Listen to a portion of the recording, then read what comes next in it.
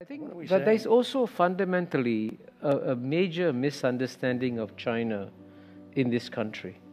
And let me tell you what the major misunderstanding is.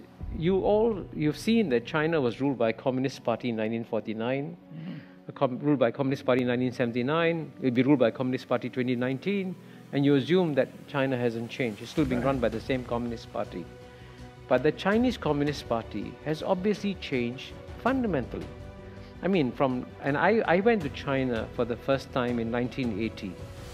When I went to China for the first time in 1980, the Chinese people didn't have the freedom. They couldn't choose what to wear. They all wore Maoist suits.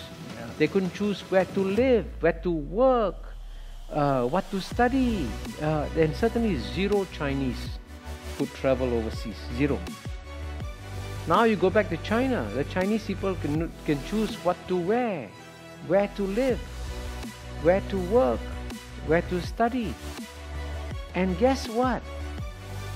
Every year, 120 million Chinese, right? I think it's more than the population in California. 120 million Chinese leave China freely as tourists. Amazingly, 120 million Chinese return to China freely.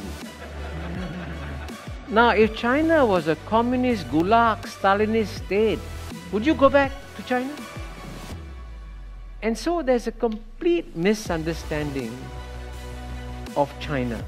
Clearly, while the political freedoms in China haven't increased, the personal freedoms of the Chinese people has exploded. And I can tell you, one of the questions that future historians will be very puzzled by is the judgments made by America on China. And I'll tell you why they'll be puzzled. The United States of America is about 240 years old. Chinese history maybe 2,400 years old. In today's world, you have a society which is 240 years old, passing judgment on a society which is 2,400 years old, and at a time when China has had its best 30 years of history, the Americans are telling Chinese, you guys are not doing very well. Really, you should change your political system. Listen to us, become a democracy, all will be well with you. And I can tell you one thing, the Chinese leaders, there's a whole shades of opinion among them.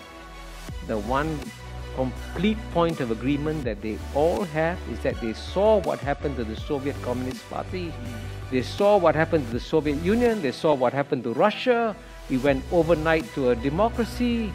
Guess what? The Russian economy imploded. Life expectancy came down. Infant mortality went up. The Russian people suffered. And the Chinese said, this is what happens when you have an instant democracy. So when the Chinese said, give us time, let us transform our political system in our own way, I said, let them do it. Why do you think that you would know better what's good for them?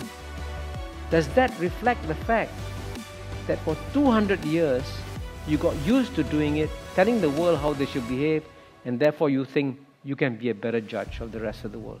So that judgmental character in the West has got to adapt to the rest of the world, because the rest of the world today is less willing to be judged by you.